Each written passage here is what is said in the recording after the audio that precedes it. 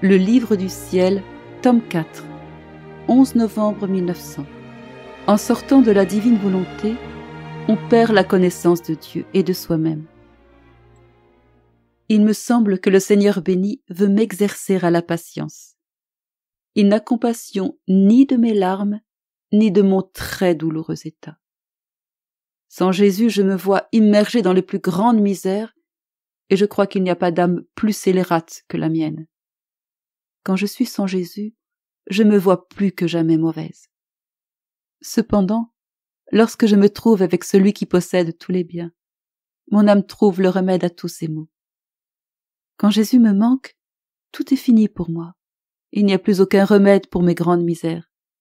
Bien plus, la pensée que mon état ne soit plus selon sa volonté m'oppresse. Et n'étant plus dans sa volonté, il me semble que je suis en dehors de mon centre.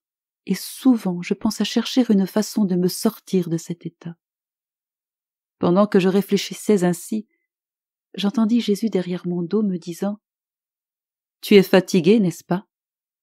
Je lui répondis « Oui, Seigneur, je me sens suffisamment fatigué. » Il poursuivit « Ah, ma fille, ne sors pas de ma volonté, car en sortant de ma volonté, tu en viens à perdre la connaissance de moi. Et en ne me connaissant pas, tu en viens à perdre la connaissance de toi. Ce n'est qu'au reflet de la lumière qu'on distingue clairement si une chose est de l'or ou de la boue. Quand tout est ténèbres, on peut facilement confondre les objets. Ma volonté est lumière. Cette lumière te donne la connaissance de moi, et au reflet de cette lumière, tu en viens à connaître qui tu es.